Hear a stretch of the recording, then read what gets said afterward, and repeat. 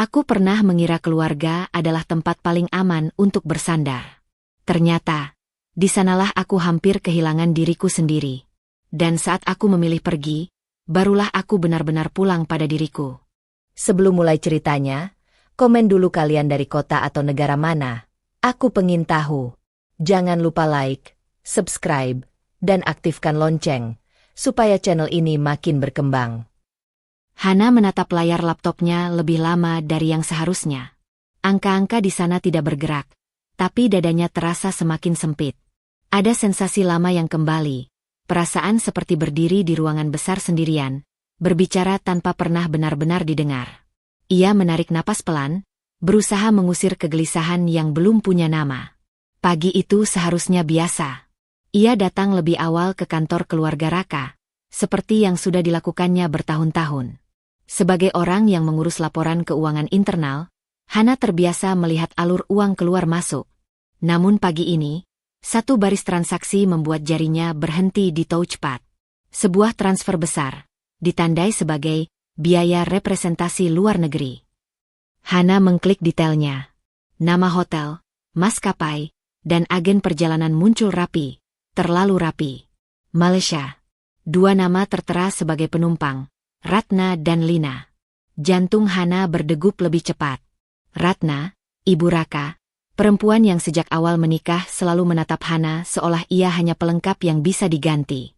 Lina, perempuan yang keberadaannya tak pernah diakui terang-terangan, tapi selalu hadir dalam bisik, senyum sinis, dan keheningan yang dipaksakan. Hana menutup laptop perlahan. Bukan karena tidak ingin melihat lebih jauh, tapi karena ia tahu, jika ia terus menatap layar itu, sesuatu di dalam dirinya akan runtuh lebih cepat dari yang sanggup ia tahan. Di rumah, Raka sedang duduk santai di sofa, ponsel di tangan, tertawa kecil melihat sesuatu di layar. Hana berdiri di ambang pintu ruang tamu beberapa detik, mengumpulkan keberanian yang rasanya kian menipis sejak pagi. "Mas," panggilnya akhirnya. Raka menoleh sekilas. "HM. Dana perusahaan dipakai untuk liburan ke Malaysia," kata Hana pelan, berusaha menjaga nada suaranya tetap netral. Nama ibu dan Lina tercatat di tiket.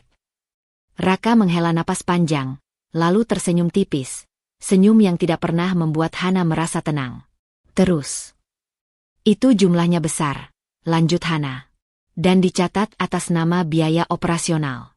Aku cuma ingin memastikan." Raka bangkit, berjalan mendekat, lalu berdiri tepat di depannya. Jarak mereka begitu dekat, tapi Hana merasa Raka berada di sisi yang sangat jauh. "Kamu ini kenapa sih?" Sedikit-sedikit curiga, ujar Raka. Nada suaranya terdengar jengkel tapi dibungkus santai. "Itu urusan ibu. Jangan semua kamu pikirkan sebagai masalah." Hana menatap wajah suaminya. Wajah yang dulu membuatnya merasa aman, kini lebih sering membuatnya ragu. "Aku cuma bertanya," katanya. "Aku yang pegang laporan. Kalau ada apa-apa." "Ya sudah, jangan dibesar-besarkan," potong Raka. "Kamu ini terlalu curiga. Dari dulu juga begitu." Kata-kata itu jatuh tepat di tempat yang paling rapuh dalam diri Hana. Terlalu curiga. Kalimat yang sama yang dulu sering ia dengar, saat ia mencoba menjelaskan kenapa ia merasa tidak dihargai di rumah ini. Saat Ratna menyebutnya, menantu biasa, di depan kerabat. Saat Lina duduk di meja makan keluarga seolah kehadirannya wajar, sementara Hana diminta mengerti situasi. Hana tersenyum kecil. Senyum yang lebih mirip perisai daripada ekspresi bahagia. "Iya," katanya singkat. "Mungkin aku memang begitu." Ia berbalik sebelum Raka sempat mengatakan apapun lagi. Di kamar, Hana duduk di tepi ranjang, menatap tangannya sendiri. Tangannya tidak gemetar, tapi dadanya terasa seperti ditekan dari dalam. Luka lama itu kembali terasa, bukan luka yang berdarah, tapi yang membuat napas terasa pendek. Ia ingat bagaimana pertama kali masuk ke keluarga ini. Ratna menilainya dari latar belakang, bukan dari siapa dirinya. Setiap keberhasilannya selalu dianggap kebetulan, setiap keberatannya dianggap drama. Hana belajar bertahan dengan diam, meyakini bahwa kesabaran suatu hari akan dihargai. Namun hari ini, diam terasa berbeda. Bukan lagi karena ingin menjaga damai, Tapi karena lelah harus selalu membuktikan bahwa perasaannya valid. Ponsel Hana bergetar. Sebuah pesan masuk dari grup keluarga. Foto Ratna dan Lina di Bandara Kuala Lumpur, tersenyum lebar, dengan keterangan singkat. Refreshing dulu ya, wajah tersenyum dengan mata bahagia. Hana memandangi foto itu lama. Ada sesuatu yang mengeras di dadanya. Bukan marah yang meledak, melainkan kesadaran yang perlahan terbentuk. Uang itu bukan sekadar angka. Itu simbol. Simbol bahwa batas sudah lama dilewati, dan ia diminta menutup mata. Di luar kamar, terdengar suara Raka menerima telepon, tertawa ringan seperti tak ada yang perlu dikhawatirkan. Hana menutup ponselnya, lalu berbaring, menatap langit-langit kamar yang terasa semakin asing. Ia memilih diam. Bukan karena tidak tahu harus berbuat apa, tapi karena untuk pertama kalinya, ia ingin memastikan satu hal terlebih dahulu. Apakah diam ini masih melindunginya, atau justru sedang menjerumuskannya lebih dalam? Di kepalanya, satu pertanyaan kecil muncul, berbahaya karena belum pernah ia izinkan ada sebelumnya. Sampai kapan aku harus dianggap berlebihan hanya karena berani merasa? Pertanyaan itu tidak ia ucapkan pada siapapun. Tapi malam itu, pertanyaan tersebut menetap, menjadi tekanan baru yang membuat tidur Hana tak lagi benar-benar tenang. Hana bangun dengan kepala berat, seolah pikirannya tidak pernah benar-benar beristirahat semalam. Pertanyaan yang muncul sebelum tidur masih menggantung di udara kamar. Tidak terjawab, justru semakin tajam. Ia duduk di tepi ranjang, memejamkan mata beberapa detik, lalu menghela napas panjang. Diam yang ia pilih kemarin ternyata tidak menenangkan. Diam itu justru berubah menjadi gema yang berisik di dalam dadanya. Di kantor, suasana pagi berjalan seperti biasa. Staf berlalu lalang, mesin printer berdengung, aroma kopi memenuhi ruangan. Semua tampak normal, terlalu normal. Sementara di dalam diri Hana, ada rasa waspada yang tidak pernah ia rasakan setajam ini sebelumnya. Ia membuka sistem keuangan dan kembali ke laporan yang semalam mengganggunya. Bukan hanya satu transaksi. Ada beberapa pencatatan yang terasa tidak selaras. Jumlahnya besar, pola waktunya berdekatan, dan semuanya masuk dalam kategori pengeluaran yang sama. Hana menyusuri baris demi baris dengan teliti, kebiasaan yang selama ini membuatnya dipercaya di posisi ini. Lalu ia menemukannya. Di kolom penanggung jawab administratif, tercantum jelas namanya sendiri. Hana membeku. Tangannya berhenti bergerak di atas mouse. Matanya membaca ulang, memastikan ia tidak salah lihat. Nama lengkapnya ada di sana, tercetak rapi, seolah ia memang sejak awal menyetujui semua itu. Ada sensasi dingin menjalar dari tengkuk ke punggungnya. Ini bukan sekadar kelalaian. Ini penempatan yang disengaja. Kenapa namaku di sini? Gumamnya lirih, lebih kepada dirinya sendiri. Selama ini, Hana terbiasa bekerja di balik layar. Ia memeriksa, menyusun, melaporkan. Ia tidak pernah menjadi wajah dari keputusan-keputusan besar. Justru itu yang membuatnya merasa aman. Namun sekarang, posisi itu terasa seperti jebakan yang pelan-pelan menutup. Ia menarik kursinya lebih dekat ke meja, membuka dokumen pendukung. Tanda tangan digitalnya terlampir. Bukan tanda tangan basah, tapi cukup untuk mengikat tanggung jawab. Ingatannya berputar. Ia pernah diminta memfinalisasi laporan cepat, tanpa penjelasan panjang, dengan alasan, sudah disetujui atas. Saat itu, ia tidak curiga. Ia percaya. Hana menutup layar sejenak. Jantungnya berdegup cepat, bukan karena panik, melainkan karena ada sesuatu yang runtuh di dalam dirinya. Kepercayaan yang selama ini ia pegang sebagai alasan untuk bertahan. Belum sempat ia menenangkan diri, suara langkah kaki terdengar mendekat. Ratna masuk ke ruangan tanpa mengetuk. Seperti biasa. Tatapannya menyapu cepat. Lalu berhenti pada Hana yang masih duduk kaku. "Kamu kelihatan tegang," kata Ratna. Nada suaranya datar tapi mengandung penilaian. "Kerjaannya terlalu berat ya?" Hana berdiri perlahan. "Saya sedang memeriksa laporan, Bu." Ratna mendengus kecil. "Ya iyalah. Kalau nggak kerja di sini, mau kerja di mana lagi?" Ia melirik layar komputer Hana sekilas. "Makanya bersyukur. Jangan kebanyakan mikir." Kalimat itu terdengar sederhana, tapi Hana menangkap maknanya dengan jelas. Ia menahan napas, berusaha menjaga ekspresinya tetap sopan. Ada beberapa pencatatan yang perlu klarifikasi, ujarnya hati-hati. Ratna tersenyum tipis. Senyum yang tidak pernah sampai ke mata. Kamu ini, dari dulu sama saja. Sedikit-sedikit ribet. Ia melangkah lebih dekat. Ingat posisi kamu. Kamu itu menantu numpang hidup. Jangan sok mengatur. Kata-kata itu jatuh pelan, tapi menghantam keras. Hana merasa dadanya mengencang. Menantu numpang hidup. Bukan pertama kali ia mendengarnya. Tapi entah kenapa kali ini terasa berbeda.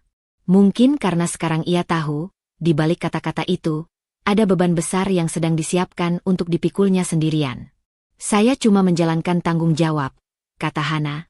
Suaranya nyaris tidak terdengar. Ratna tertawa kecil, lalu berbalik pergi. Jalankan saja. Jangan macam-macam.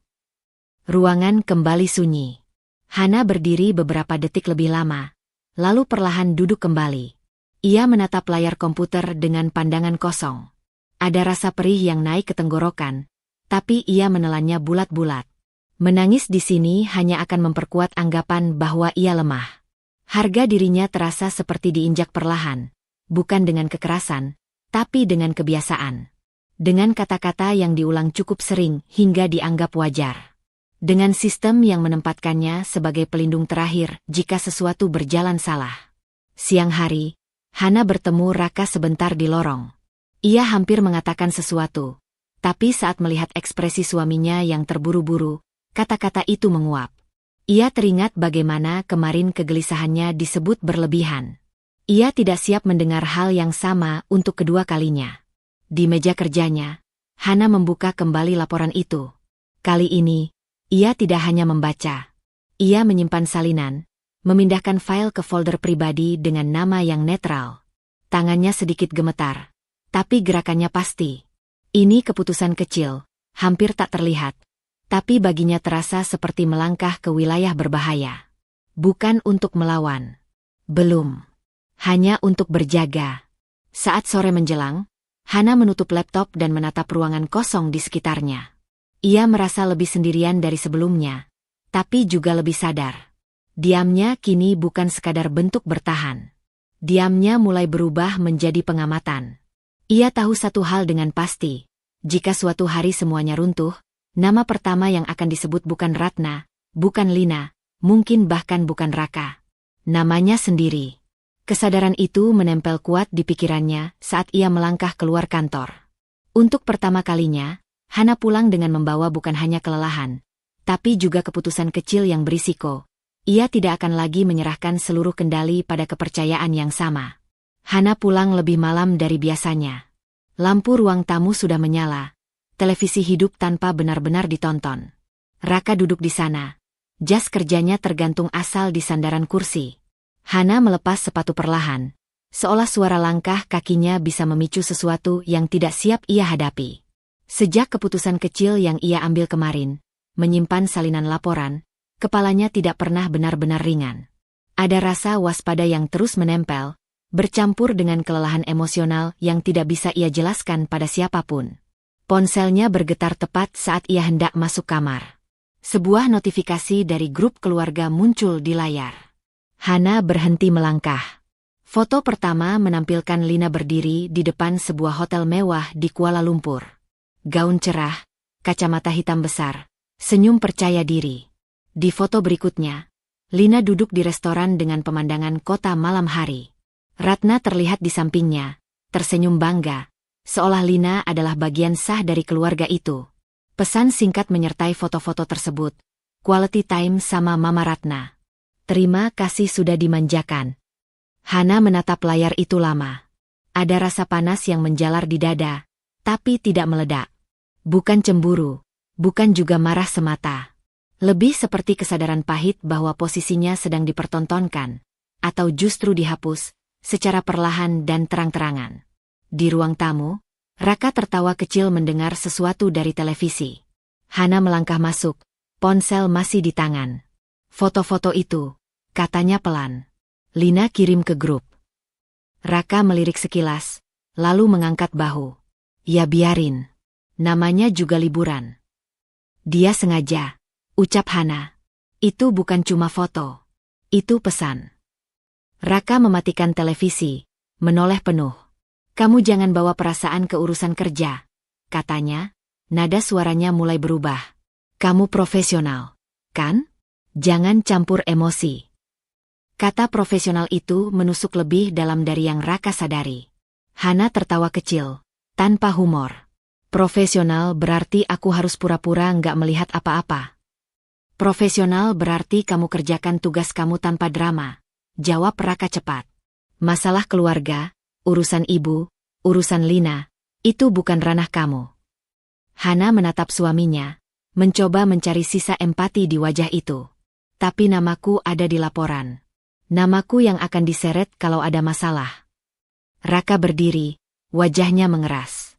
Makanya aku bilang, jangan emosi. Kamu bikin semuanya jadi rumit. Dari awal juga aku sudah bilang, kamu terlalu sensitif. Kalimat itu kembali. Sensitif. Curiga. Sekarang, emosional. Hana mengangguk pelan. Baik, katanya singkat. Ia berbalik menuju kamar, menutup pintu tanpa suara. Di balik pintu itu, ia bersandar, merasakan sesuatu di dalam dirinya bergeser. Bukan runtuh, tapi mengeras. Ia duduk di tepi ranjang, membuka kembali grup keluarga. Tidak ada satupun anggota yang menegur Lina. Tidak ada yang mempertanyakan penggunaan dana. Semua diam, atau lebih tepatnya, memilih menikmati tontonan itu. Hana menyadari sesuatu yang selama ini luput darinya. Diamnya bukan dianggap kedewasaan. Diamnya dipakai sebagai ruang bebas bagi orang lain untuk melangkah lebih jauh. Keesokan harinya di kantor, Hana berjalan melewati Lina yang datang sebentar untuk mengambil sesuatu. Lina tersenyum lebar saat melihatnya. Mbak Hana kelihatan capek, katanya manis, tapi matanya menyimpan kepuasan yang tidak disembunyikan. Kerja itu memang berat ya, tapi kan Mbak sudah terbiasa. Hana membalas senyum itu tipis. Ia tidak menjawab, hanya melangkah pergi. Namun di dalam dadanya, ada sesuatu yang berdenyut, bukan sakit, melainkan tekad yang masih samar. Di mejanya, Hana membuka laporan lagi. Kali ini, ia melihatnya dengan sudut pandang berbeda. Bukan sebagai tugas, melainkan sebagai peta. Setiap angka, setiap catatan, mulai membentuk pola. Ia belum tahu apa yang akan ia lakukan dengan semua ini, tapi satu hal jelas, ia tidak bisa terus berdiri di tempat yang sama. Siang itu, ponselnya kembali bergetar. Pesan pribadi dari Lina masuk. Mbak jangan salah paham ya. Aku cuma ikut mama. Kita sama-sama keluarga kok. Wajah tersenyum dengan mata bahagia. Hana membaca pesan itu tanpa emosi. Ia tidak membalas. Untuk pertama kalinya, ia merasa balasan bukan lagi kewajiban. Diam, kali ini, bukan bentuk menyerah, melainkan pilihan sadar untuk tidak memberi ruang. Saat sore tiba, Hana meninggalkan kantor dengan langkah lebih mantap. Ia masih terikat di dalam sistem yang sama, masih berada di bawah tekanan yang sama. Namun di dalam dirinya, ada perubahan kecil yang berbahaya. Kesadaran bahwa profesionalisme yang diminta darinya hanyalah topeng untuk membungkam. Di mobil, Hana menatap jalanan yang mulai gelap. Ia belum berani melawan, belum berani bicara lantang. Tapi ia tahu, jika ia terus diam dengan cara yang sama, ia akan dihancurkan pelan-pelan. Dan untuk pertama kalinya, Hana bertanya pada dirinya sendiri dengan jujur. Jika diam ini dipakai untuk menekanku, apa yang terjadi jika suatu hari aku berhenti diam? Kesadaran yang muncul di kepala Hana sejak malam sebelumnya tidak menghilang saat pagi datang. Ia justru terasa semakin nyata. Jalanan menuju kantor tampak sama. Deretan pohon dan toko yang ia lewati setiap hari tidak berubah. Tetapi cara Hana memandang semuanya terasa berbeda. Seolah ia baru menyadari bahwa selama ini ia berjalan di tepi jurang tanpa pernah menoleh ke bawah. Di lantai tempatnya bekerja, Hana duduk di depan komputer dengan sikap yang lebih hati-hati.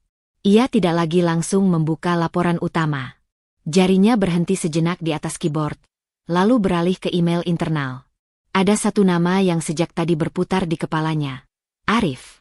Arif adalah rekan kerja Hana di bagian audit internal. Orang yang selama ini menjaga jarak dari drama keluarga pemilik perusahaan.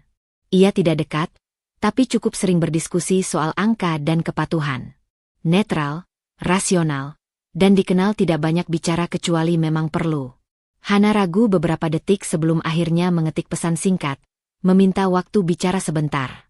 Mereka bertemu di ruang kecil dekat arsip, tempat yang jarang dipakai dan relatif sepi. Arif menutup pintu perlahan, lalu menoleh pada Hana dengan ekspresi bertanya. "Ada apa?" katanya, langsung ke inti. Hana tidak langsung menjawab. Ia membuka laptop, menampilkan sebagian laporan yang sejak beberapa hari terakhir menghantuinya. Ia menunjuk baris transaksi itu tanpa banyak penjelasan. "Aku cuma mau pastikan," ucapnya pelan. "Secara hukum, ini aman." Arif membaca dengan cepat. Alisnya mengerut, lalu ia menggeser kursi sedikit lebih dekat ke layar. "Ini kamu yang tanda tangan administratifnya?" tanyanya, nadanya tetap datar, tapi lebih serius. Hana mengangguk. Arif menarik napas, lalu bersandar. "Hana," katanya, menyebut nama itu dengan tekanan yang tidak biasa. "Kalau ini diaudit dari luar, atau ada pemeriksaan, posisi kamu yang pertama kena." Kata-kata itu tidak diucapkan dengan nada mengancam, tapi justru itulah yang membuatnya terasa lebih nyata. Hana menelan ludah. "Seberapa parah?" "Bisa masuk ranah pidana," jawab Arif jujur. "Apalagi kalau dananya lintas negara dan tidak sesuai peruntukan. Nama kamu di situ bukan formalitas." Ruang kecil itu terasa menyempit. Hana menatap layar laptopnya, lalu menutupnya perlahan. Ada ketakutan yang muncul, tapi bentuknya berbeda dari yang ia kenal selama ini. Bukan takut Raka marah. Bukan takut Ratna merendahkannya. Ketakutan ini lebih sunyi, lebih dalam, takut kehilangan kendali atas hidupnya sendiri. "Aku tidak bilang ini pasti," lanjut Arif, melihat wajah Hana yang memucat. "Tapi risikonya nyata. Kamu harus lindungi diri kamu." Kalimat itu sederhana, tapi mengguncang sesuatu di dalam Hana. Selama ini, hampir semua orang di sekitarnya berbicara soal keluarga, loyalitas, pengorbanan. Tidak ada yang secara eksplisit mengatakan hal itu. "Lindungi diri kamu." "Terima kasih," kata Hana akhirnya. Suaranya tenang, meski dadanya berdebar keras. Arif mengangguk singkat, tidak bertanya lebih jauh. Sikapnya jelas. Ia memberi peringatan, bukan ikut campur. Kembali ke mejanya. Hana membuka laptop lagi. Kali ini, ia tidak hanya membaca. Ia mulai mengunduh dokumen pendukung satu persatu. Invoice, tiket, persetujuan digital. Ia membuat folder baru dengan nama yang tidak mencolok, lalu menyalinnya ke penyimpanan pribadi. Gerakannya hati-hati, hampir ritual. Setiap klik terasa seperti langkah kecil menuju wilayah yang belum pernah ia masuki. Saat Ratna melintas di depan mejanya, Hana menunduk, berpura-pura sibuk. Ia merasakan tatapan itu singgah sebentar, lalu berlalu. Tidak ada komentar hari ini, tapi justru itulah yang membuat Hana semakin waspada. Keheningan dari Ratna tidak pernah netral. Siang hari, Hana makan sendirian di pantry. Ponselnya tergeletak di meja, layar mati. Ia tidak membuka grup keluarga, tidak ingin melihat apapun dari Lina hari ini. Kepalanya dipenuhi satu pemikiran yang berulang. Jika semua ini terbongkar, siapa yang akan berdiri di sampingnya? Jawabannya muncul terlalu cepat, terlalu jujur. Mungkin tidak ada. Sore menjelang, Raka mengirim pesan singkat, menanyakan apakah Hana pulang bersama. Hana membalas singkat, mengatakan masih ada pekerjaan. Ia menatap pesan itu lama sebelum mengunci layar.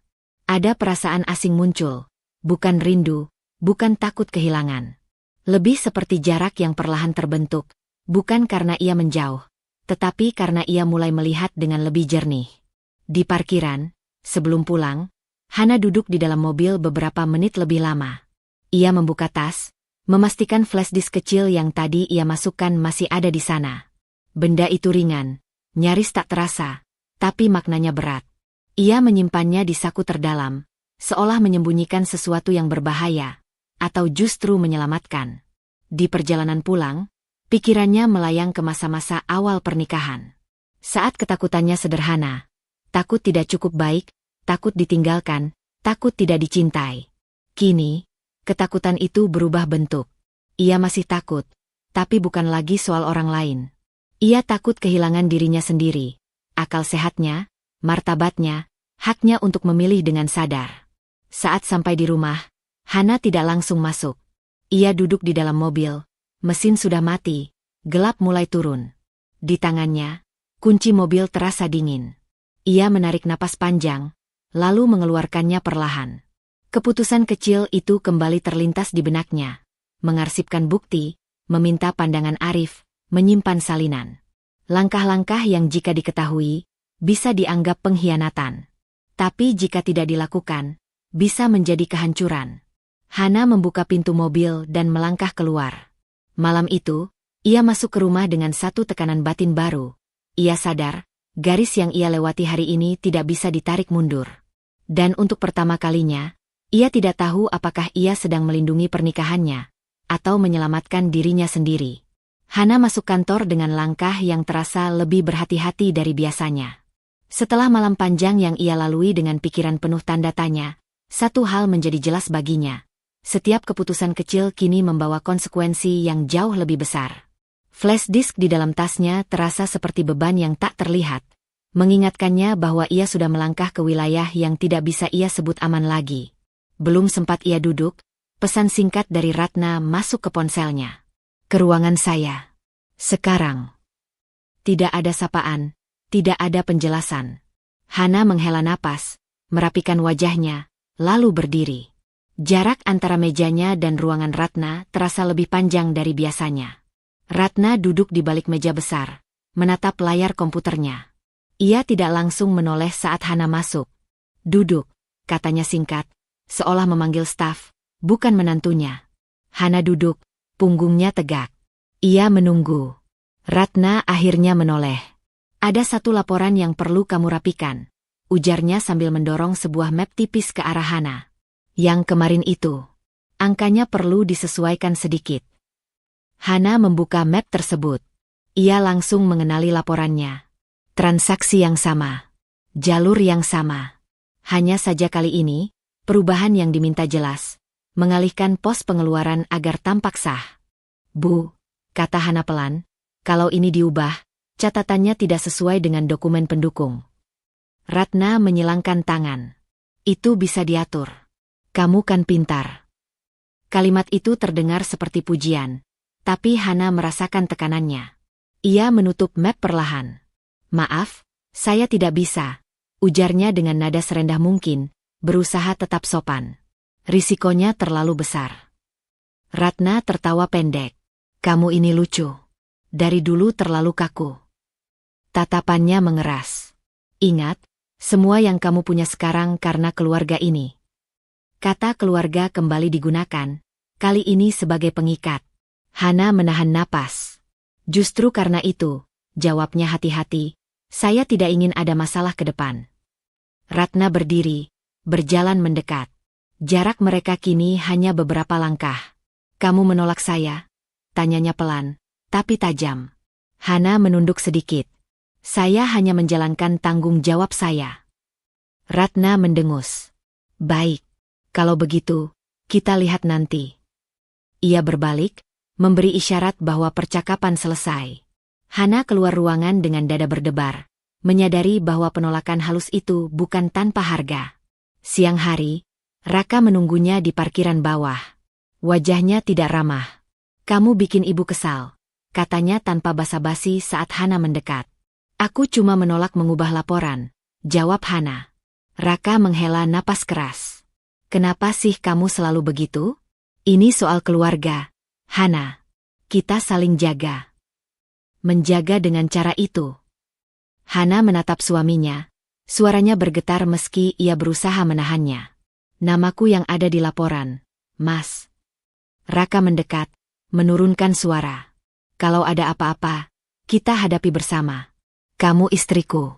Masa kamu gak percaya? Kata-kata itu dulu cukup untuk membuat Hana mengalah. Hari ini, kata-kata itu justru membuatnya merasa terjebak. Ia ingin percaya, tapi kenyataan di hadapannya berkata lain. Percaya itu beda dengan menutup mata, katanya lirih. Raka menggeleng. Kamu terlalu mendramatisir. Sedikit penyesuaian bukan kejahatan. Hana terdiam. Di dalam dirinya, dua suara saling bertabrakan. Satu suara ingin mempertahankan pernikahan, ingin tetap menjadi istri yang mendukung. Suara lain lebih tenang, lebih dingin, mengingatkannya pada peringatan Arif, pada namanya yang tercetak di dokumen, pada risiko yang tidak bisa dibagi rata. Di rumah malam itu, Hana duduk di kamar sendirian. Raka memilih tidur lebih awal tanpa banyak bicara. Di meja rias, flash disk itu kembali ia pegang. Benda kecil yang kini menjadi simbol dari pilihan yang harus ia ambil cepat atau lambat. Ia membuka laptop pribadi, menyalakan lampu meja yang redup. Hana tidak mengubah laporan. Ia justru membuat catatan pribadi, menuliskan kronologi permintaan Ratna, lengkap dengan tanggal dan jam. Tangannya sempat ragu, tapi ia tetap menulis. Setiap kata terasa seperti pengakuan yang tidak pernah ia ucapkan pada siapapun. Hana menutup laptop dan bersandar. Air mata akhirnya jatuh, satu persatu, tanpa isak. Ia bukan menangis karena dimarahi, bukan karena ditolak. Ia menangis karena menyadari bahwa pernikahan yang ia jaga dengan pengorbanan mungkin justru sedang menyeretnya ke tempat yang paling ia takuti. Malam itu, konflik batin Hana mencapai titik baru. Ia masih mencintai Raka, masih terikat pada ikatan yang pernah ia banggakan. Namun di sisi lain, nuraninya berteriak semakin keras, menolak untuk dibungkam dengan alasan apapun. Sebelum tidur, Hana mengambil keputusan kecil yang terasa sangat berisiko. Ia menggandakan semua arsip yang ia simpan dan menyimpannya di tempat terpisah. Bukan untuk menyerang. Belum.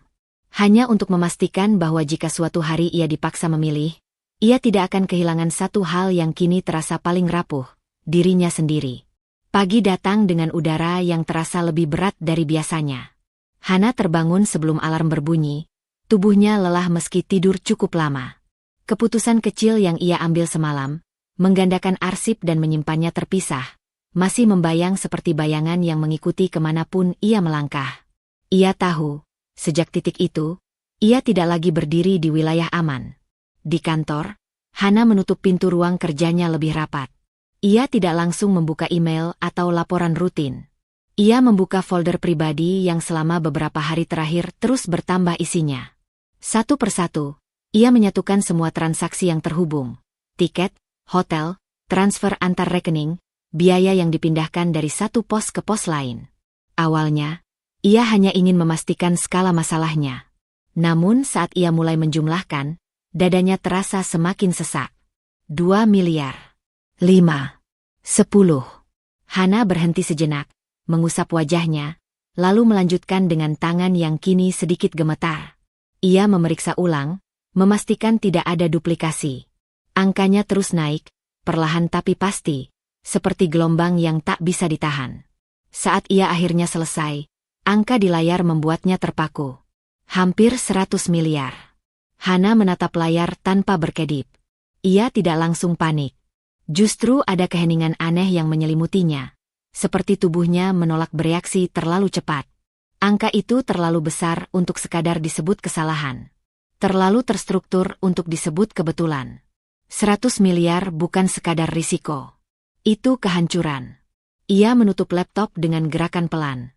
Di dalam kepalanya, satu pikiran muncul jelas. Jika semua ini terungkap, tidak ada siapapun yang akan berdiri di depan untuk menahan dampaknya. Semua jalur mengarah padanya.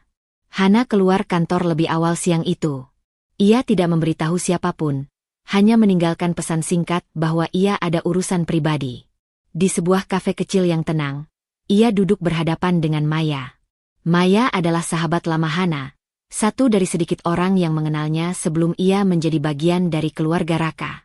Wajah Maya menunjukkan kekhawatiran sejak pertama melihat ekspresi Hana yang pucat dan kaku.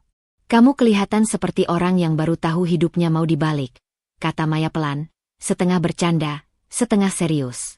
Hana mengeluarkan ponsel, memperlihatkan beberapa catatan angka yang sudah ia rapikan. "Aku hitung ulang semuanya," ujarnya tanpa basa-basi. "Hampir 100 miliar. Maya terdiam. Senyumnya menghilang. "Kamu serius?" Hana mengangguk. "Dan namaku ada di hampir semua laporan administratif." Maya menyandarkan tubuh ke kursi, menarik napas panjang. "Han," katanya, kali ini menyebut nama itu dengan nada yang tegas. Kamu sedang dijadikan tameng. Kalimat itu jatuh tanpa hiasan, tanpa empati berlebihan. Justru itulah yang membuatnya terasa seperti kebenaran telanjang. Hana menunduk, menatap tangannya sendiri. Aku tahu, katanya lirih. Aku cuma baru benar-benar menyadarinya sekarang. Maya mencondongkan tubuh ke depan. Keluarga itu nggak bodoh. Mereka tahu kamu rapi, taat aturan, dan kelihatan paling aman kalau suatu hari ada masalah. Semua diarahkan ke kamu. Aku istrinya, ujar Hana, seolah masih mencari pembelaan terakhir. Raka pasti. Maya menggeleng pelan. Berhenti berharap dia membelamu. Nada suara Maya tidak keras, tapi tegas.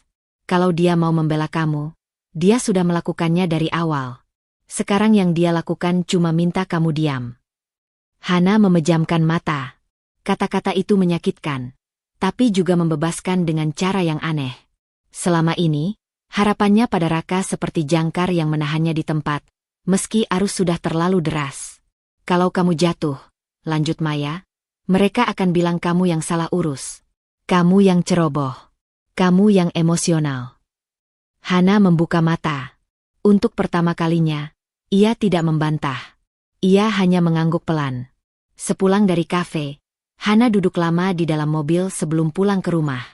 Ia menatap layar ponselnya, melihat pesan dari Raka yang belum ia buka.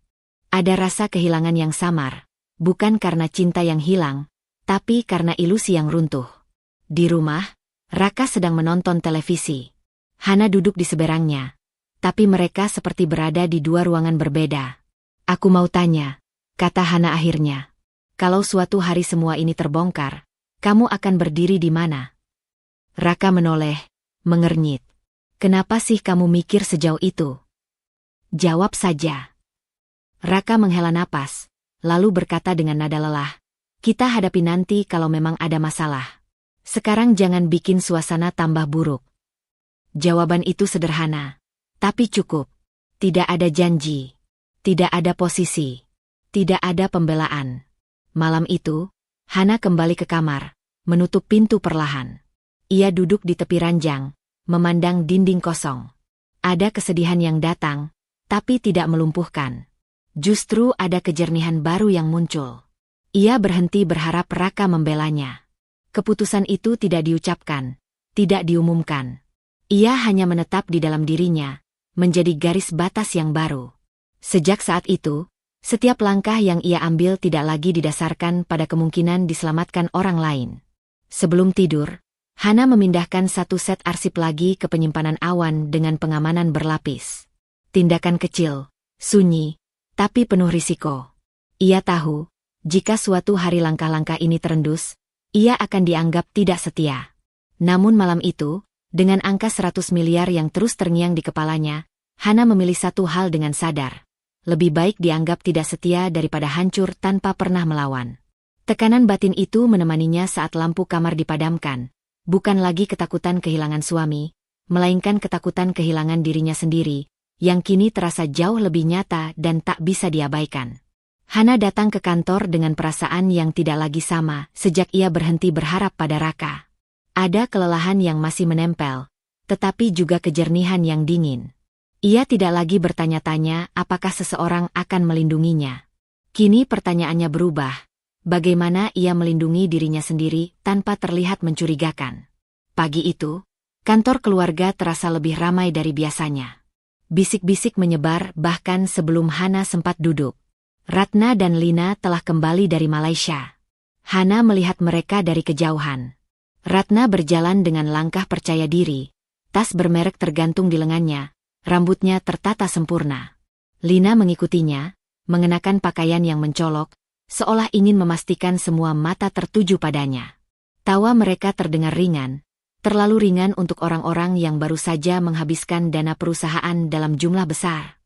Beberapa staf menyapa dengan senyum sungkan. Tidak ada yang berani bertanya. Tidak ada yang berani menilai. Hana menyadari sesuatu yang pahit. Kemewahan memberi perlindungan sosial yang lebih kuat daripada kejujuran. Ia duduk di mejanya dan mulai bekerja, mencoba menenggelamkan diri dalam rutinitas. Namun belum 15 menit berlalu, Ratna sudah berdiri di dekat mejanya. "Kamu kemana saja kemarin?" tanya Ratna tanpa basa-basi. "Ada urusan pribadi," jawab Hana singkat, tetap menatap layar. Ratna menghela napas keras. "Laporan bulan ini belum selesai. Ini perusahaan besar, bukan warung. Jangan karena kamu capek, semuanya jadi tertunda." Nada suaranya dingin, nyaris menghakimi. Beberapa staf menunduk, pura-pura sibuk, tapi jelas mendengar. Hana merasakan panas menjalar ke wajahnya, bukan karena malu, melainkan karena ketidakadilan yang terang-terangan. "Keterlambatan itu karena saya diminta meninjau ulang data," ujar Hana tenang. "Ada beberapa hal yang perlu dipastikan." Ratna tersenyum tipis. "Atau kamu terlalu sibuk mengurus perasaan sendiri?" Kalimat itu sengaja diarahkan. Lina, yang berdiri tak jauh, tersenyum samar, seolah menikmati pemandangan itu. Hana menangkap tatapan Lina, bukan permusuhan terbuka, melainkan kemenangan yang dipamerkan diam-diam. Raka muncul beberapa menit kemudian. Alih-alih meredakan suasana, ia berdiri di sisi ibunya. "Hana, laporan itu memang sudah ditunggu," katanya. "Semua orang mengandalkan kamu." Nada suaranya terdengar netral, tapi bagi Hana, itu lebih menusuk daripada kemarahan. Ia tidak dibela, hanya ditekan agar segera menyelesaikan sesuatu yang sengaja dipersulit. "Aku sedang mengerjakannya," jawab Hana singkat. Ratna melambaikan tangan, seolah percakapan selesai. "Ya sudah. Jangan bikin perusahaan kelihatan tidak profesional." Kata profesional kembali dipakai, kali ini sebagai cambuk. Hana menunduk, bukan karena kalah, tapi karena ia memilih menahan diri. Ia tahu, reaksi emosional hanya akan memberi mereka alasan baru untuk menyudutkannya. Sepanjang hari, Hana bekerja di bawah tekanan yang sengaja diciptakan. Setiap kali ia bertanya klarifikasi, jawabannya diperlambat. Setiap kali ia mengirim draft, dikembalikan dengan catatan samar. Ia dijadikan penyebab keterlambatan, padahal sistemnya sengaja dibuat berbelit. Di sela-sela itu, Lina beberapa kali lewat, berbincang ringan dengan staf, memamerkan jam tangan barunya, menyebut hotel-hotel mahal seolah cerita liburan biasa. Hana melihat semua itu dengan mata yang kini lebih dingin. Ia tidak lagi tersinggung seperti sebelumnya. Ia mencatat. Sore hari, Hana menutup dokumen terakhir dan menyandarkan punggung ke kursi. Ia lelah, tapi pikirannya justru terasa tajam. Ada pola yang semakin jelas. Tekanan publik, pembiaran pribadi, dan posisi administrasi yang sengaja diarahkan padanya. Di rumah malam itu, Hana tidak membahas apapun dengan Raka. Ia makan dalam diam, membersihkan meja, lalu masuk ke kamar. Raka tidak menahannya. Ia seperti orang yang memilih tidak melihat badai yang sedang terbentuk di dalam rumahnya sendiri. Di kamar, Hana membuka laptop pribadi. Ia tidak langsung membuka arsip. Ia membuka catatan kosong dan mulai menulis. Bukan angka, melainkan skema. Siapa meminta apa? Siapa menyetujui? Siapa yang selalu muncul sebelum keputusan besar? Dan siapa yang menghilang saat tanggung jawab mulai dibicarakan? Ini bukan lagi soal emosi. Ini soal bertahan. Hana menyadari bahwa selama ini ia bereaksi, menahan, menelan, menenangkan. Sekarang, ia perlu menyusun langkah. Bukan untuk menyerang, tapi untuk tidak lagi terpojok. Ia memisahkan arsip berdasarkan kategori, transaksi, komunikasi, instruksi lisan yang dicatat ulang. Ia menyadari betapa seringnya permintaan penting disampaikan tanpa jejak tertulis. Kesadaran itu membuat dadanya kembali sesak, tapi kali ini ia tidak berhenti. Di luar kamar, suara tawa Raka terdengar dari ruang tamu, mungkin sedang menelepon seseorang. Hana tidak keluar. Ia memilih tetap di tempatnya, fokus pada apa yang bisa ia kendalikan. Malam semakin larut. Hana menutup laptop dan menatap cermin. Wajahnya terlihat lebih tenang, meski matanya menyimpan kewaspadaan baru. Ia tahu, sikap dingin yang ia terima hari ini bukan kebetulan. Itu sinyal. Dan sinyal itu jelas. Ia tidak lagi dianggap bagian yang perlu dijaga, melainkan alat yang bisa ditekan. Sebelum tidur, Hana memindahkan satu dokumen penting ke media penyimpanan lain dan menyimpannya di tempat yang tidak biasa. Keputusan kecil, nyaris paranoid, Tapi ia tahu risikonya. Jika ini ketahuan, posisinya akan semakin terancam. Namun saat lampu dipadamkan, satu hal terasa berbeda dari malam-malam sebelumnya. Hana tidak lagi tenggelam dalam rasa sakit atau marah. Yang ada hanyalah ketenangan waspada. Ketenangan seseorang yang akhirnya berhenti bereaksi dan mulai berpikir. Tekanan batin itu tidak berkurang, justru bertambah. Tapi kini, tekanan itu tidak lagi menekannya ke bawah. Ia mulai membentuk arah. Hana datang ke kantor dengan kepala yang terasa dingin namun penuh. Sejak malam sebelumnya, pikirannya bekerja lebih rapi, lebih terstruktur. Ia tidak lagi larut dalam perasaan diperlakukan tidak adil. Ia sibuk menyusun urutan, kemungkinan, dan celah. Strategi kecil yang ia bangun diam-diam mulai membentuk kerangka yang lebih jelas. Pagi itu ada rapat kecil di ruang konferensi lantai 2. Ratna memintanya hadir, bersama beberapa rekan bisnis lama. Hana datang tepat waktu, membawa map tipis berisi laporan yang diminta. Ia memilih duduk di ujung meja, posisi yang tidak mencolok tapi cukup dekat untuk mendengar dengan jelas. Di antara tamu itu, ada Surya. Hana mengenalnya sebagai kolega bisnis Ratna, bukan orang dalam perusahaan, tapi sering muncul saat pembicaraan menyentuh proyek besar. Surya dikenal ramah, banyak bicara, dan terlalu percaya diri dengan pengalamannya sendiri. Ia tidak pernah benar-benar memedulikan detail administratif, sesuatu yang selama ini membuat Hana waspada setiap kali namanya muncul. Rapat berjalan seperti biasa di awal. Angka-angka dibicarakan setengah terbuka, setengah disamarkan. Ratna memimpin dengan suara mantap, Lina sesekali menyela dengan komentar ringan yang terasa tidak pada tempatnya. Hana hanya mencatat, mengamati, menyimpan. Lalu, tanpa ada yang merencanakan, pembicaraan bergeser. Surya tertawa kecil setelah menyesap kopinya. Untung kemarin lancar ya di perbatasan, katanya santai, seolah sedang membahas cuaca. Kalau sampai dicegat, ribet urusannya. Ruangan seketika lebih sunyi.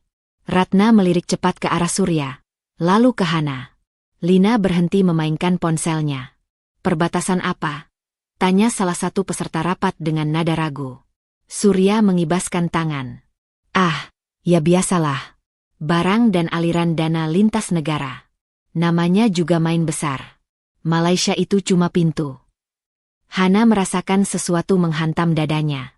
Bukan kaget semata, tapi kejelasan yang brutal. Lintas negara. Barang.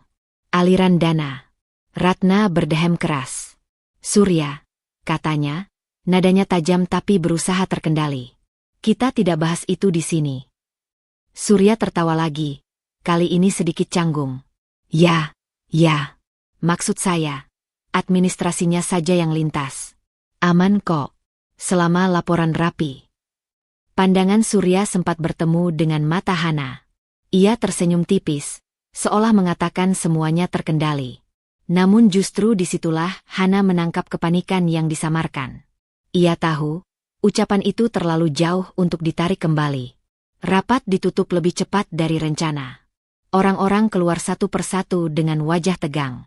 Ratna berjalan cepat tanpa menoleh. Lina mengikuti, kali ini tanpa tawa. Hana tetap duduk beberapa detik lebih lama.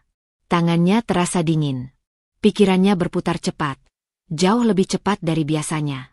Aktivitas ilegal lintas negara bukan lagi sekadar pelanggaran administratif.